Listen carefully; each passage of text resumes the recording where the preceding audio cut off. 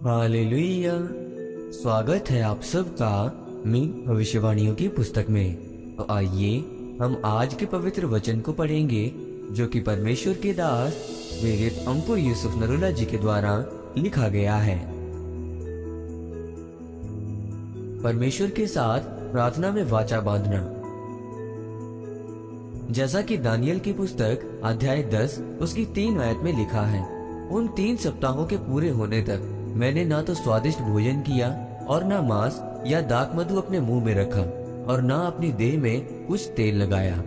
मेरे प्रियो, बाइबल बताती है कि पवित्र आत्मा ने दानियल के हृदय में एक बात डाली, चल दानियल, परमेश्वर के सामने एक वाचा की प्रार्थना में जा कि तू 3 सप्ताह तक ना तो कुछ स्वादिष्ट खाना खाएगा, ना कुछ दाख मधु पिएगा और ना अपनी देह पर तेल लगाएगा। एक वाचा को बांधना, जैसे जब रजिस्ट्री करते हैं तो एक वाचा को बांधते हैं कि अब से मकान मेरा है, मैंने आपको पैसे दे दिया है। जिस तरह पवित्र आत्मा ने हन्ना की अगुवाई की थी, तो तेरे पास कोई बेटा नहीं है, चल आ अब वाचा को बांध कि परमेश्वर, अगर तू मुझे बेटा दे तो ये बेटा मैं तेरे भवन में तेरी महिमा के लिए दे दूंगी। परमेश्वर ने कहा, तुझे बेटा चाहिए, मुझे भविष्यद्वक्ता चाहिए, चल वाचा बांधते हैं। मेरे प्रियो, जब दानियल ने वाचा की प्रार्थना शुरू किया तो दानियल अध्याय 10 उसकी 12 आयत में लिखा है कि एक स्वर्गदूत दानियल के सामने आया। वाचा की प्रार्थना का मतलब परमेश्वर को घूस देना नहीं है। प्रभु, अगर तू मेरा ये काम करेगा तो मैं ये कर दूंगा। वाचा का मतलब है परमेश्वर के साथ नम्रता से हन्ना की तरह जाना और ये बोलना कि अगर तू मुझे ये दे तो मैं इसे तेरी महिमा के लिए इस्तेमाल करूंगा। बाइबल बताती है कि जब दानियल ने पहले दिन प्रार्थना की, उसी दिन परमेश्वर ने अपने दूत को भेज दिया।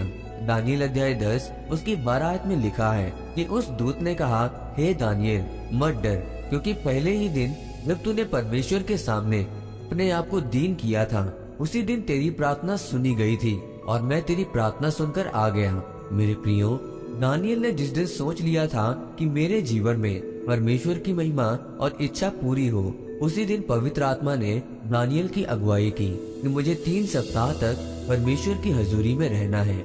और दानियल 3 सप्ताह परमेश्वर की उपस्थिति में रहा। तब परमेश्वर के द्वारा दानियल को आशीष दे दी गई। इस तरह से योना अध्याय 2 उसकी 2 आयत में लिखा है कि योना ने परमेश्वर से वाचा बांधी थी, लेकिन जब उसने वाचा तोड़ी थी तो वो मछली के पेट में चला गया और 3 दिन रात मछली के पेट में पड़ा रहा। उसने फिर से परमेश्वर से वाचा बांधी कि परमेश्वर, मैं उन कामों को करने के लिए तैयार हूँ। तब परमेश्वर ने उसे मछली के मुंह से छुड़ाया। वाचा की प्रार्थना में वो सामर्थ है जो अगर आपको समझ आ जाए तो आप कभी भी अपने जीवन में एक जगह पर नहीं रहोगे, कभी भी दुखी नहीं रहोगे। जब आप प्रार्थना करें अपनी चंगाई के लिए, हो सकता है उस प्रार्थना का उत्तर परमेश्वर ने दे दिया हो, लेकिन उस शैतान ने जो आपको भरमाना चाहता है, उसने उत्तर को पकड़ कर रखा हो। लेकिन अगर आप प्रार्थना से हटेंगे नहीं, आप अड़े और खड़े रहेंगे, तो परमेश्वर सहायता भेजेगा। जिस तरह दानियल के लिए सहायता हुई थी, उसी तरह परमेश्वर आपके लिए भी सहायता को भेजेगा। आमीन। आइए इस प्रार्थना को आप मेरे साथ एक मन होकर करें। सर्वशक्तिमान परमेश्वर, इस वचन के लिए मैं आपका धन्यवाद करता हूँ।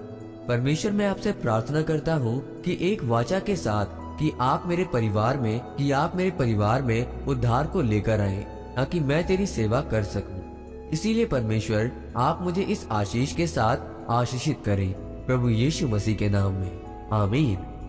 परमेश्वर आप सबको आज के वचन के ऊपर मनन करने के द्वारा आशीषित करे, आमीन।